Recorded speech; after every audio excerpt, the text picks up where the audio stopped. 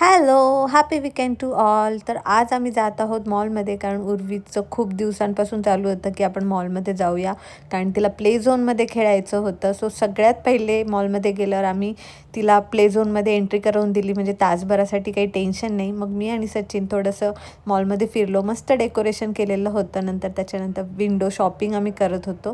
कपडे तर काही घ्यायचे नव्हते आणि काही विशेष वाटत पण नव्हते, पण तरी जस्ट एक राऊंड मारून आलो.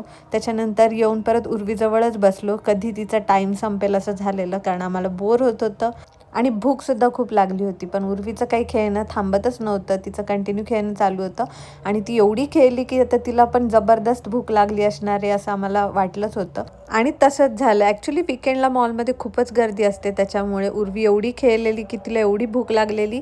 फूड कोर्टमध्ये खूपच जबरदस्त गर्दी होती. पण शेवटी तिचं खाणं झाल्यावरती आम्ही गेलो कालिकाला. तिकडे खूप गर्दी असल्यामुळे मग आम्ही बाहेर खायचं ठरवलं.